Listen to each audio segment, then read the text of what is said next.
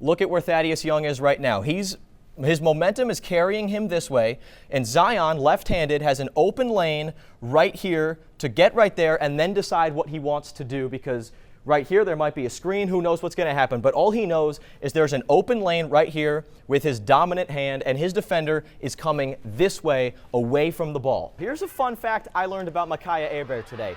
He does his laundry on Fridays. Look at that spin cycle from the quarterback, gets it into Rocketshaw territory. But the Vols led at the break thanks to this man right here, Santiago Vescovi, with a finish smoother than a Kentucky bourbon. He had 16. About 2 hours ago, all of these seats in front of me, to my left, to my right, and behind me, almost to the top of this section and the one to my left, were full of hockey fans here in South Mississippi waiting to hear the words that they've been waiting for years to hear. Hockey is coming back. Since then, here's the amount of interceptions Cade Crosby has thrown. Not a single interception in 2 months of football. This team is running itself like a Fortune 500 company right now. Week 1 for Southern Miss certainly looked different, with no tailgating and only 25% seating capacity.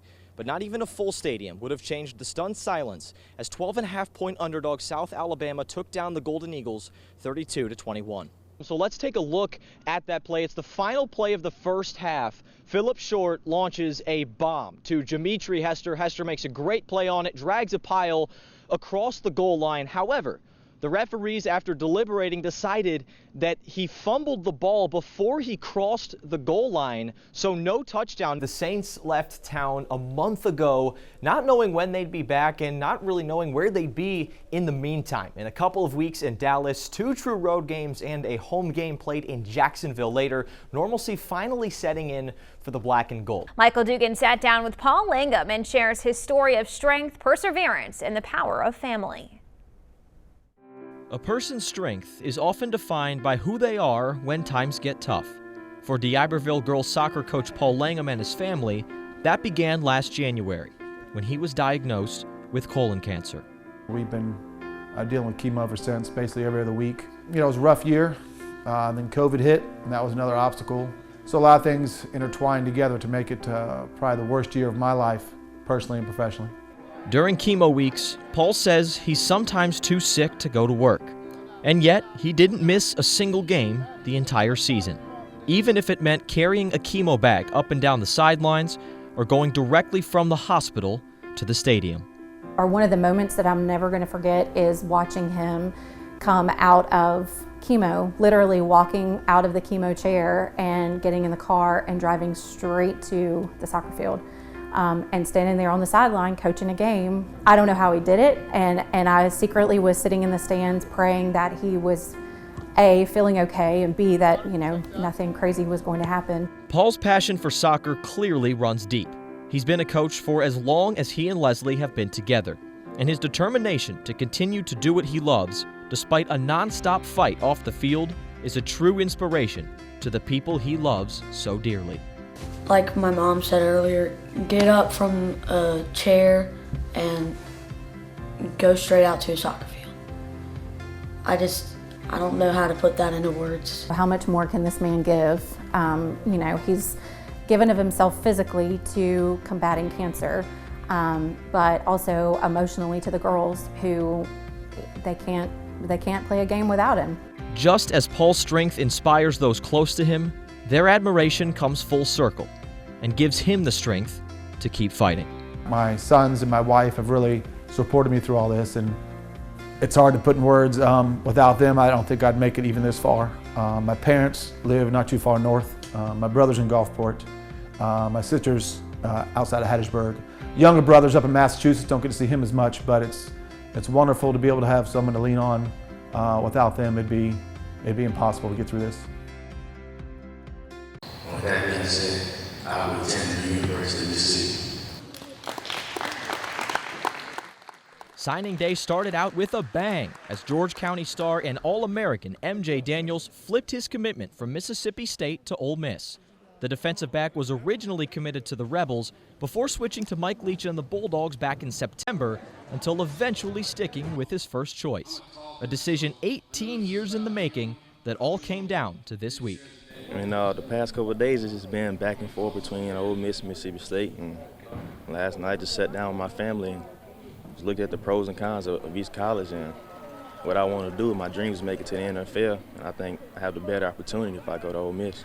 Just moments after his announcement, Lane Kiffin tweeted this picture, a t-shirt saying, "Merry Flipmas," an early holiday gift for Kiffin and his staff in the form of a 6-foot 3-inch star.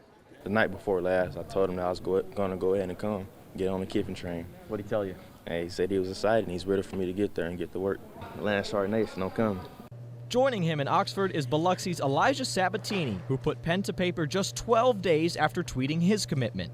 And as any good future teammate does, he even offered MJ a little help with his signing day attire. Yeah, I talked to him this morning right before he signed, and I helped him pick out his fit, so yeah, it was clean. Knowing that I'll be putting on for my state and city, it just feels good to be going up there and doing all this. Not a lot of people come from down here, so I just want to put on and make a big name for myself from Biloxi. 5 other Indians joined Elijah this afternoon to play at the next level. Jake Allen and Camry Huey are off to Meridian for baseball and softball. Christine Bradford is heading to Miles College for softball. Ryan Smith will be a short drive up the road at Southern Miss to play soccer. And Tristan Pearson will play baseball for Jones. Last, but most certainly not least, joined by over a dozen family members, including a virtual visit from older brother and MSU star Jaden, D'Iberville standout Justin Waldley made his pledge to Minnesota official. Well, it's a great feeling, that all it's over with, finally like a relief off my shoulders. But yeah, I'm just blessed to be in this situation. I thank God and all my coaches for it. Despite numerous Power 5 schools making a run at the Magnolia State's Mr. Football winner, he stood firm on his 4-month-old decision and never wavered. Well, just the coaching stuff. I love Coach Flick and Coach Haynes and the way he coached. I knew I couldn't pass on an opportunity to play for a guy like him. It was really the most stressful 6 months of my life. I mean, every day just thinking, did I make the right choice? And I really feel like I did. Here, roll the boat, ski you mine. McHenry's Tyler Cobb was playing baseball at Mississippi Gulf Coast just a couple of years ago before he found a new passion of his, cornhole. We got started pretty much just like everybody else. We just kind of threw in the backyard or at get-togethers, and then we just kind of were like, we're pretty good. And we found out that there was tournaments, like real cornhole tournaments, so we started going to them, and it just kind of took off from there. It wasn't long until Tyler turned his passion into a career. At just 21 years old, he's officially a member of the American Cornhole League. In the ACL, you get points by like winning regionals and stuff like that. And I won a few regionals and got good points. Then we went to our conference tournaments, which is like at a bigger stage. I did good at those, and then we went to the World Championships last August, and that's where I qualified to be a pro. In his first year as a pro, Tyler won the ACL Pro Shootout Doubles Championship in early June. On the way, and he hits the airmail, but he can't drag it in, and Carmen wins. Prior to traveling for tournaments, Tyler had never flown on an airplane before. But his newfound love changed that, and he's become close friends with his teammates and his competitors.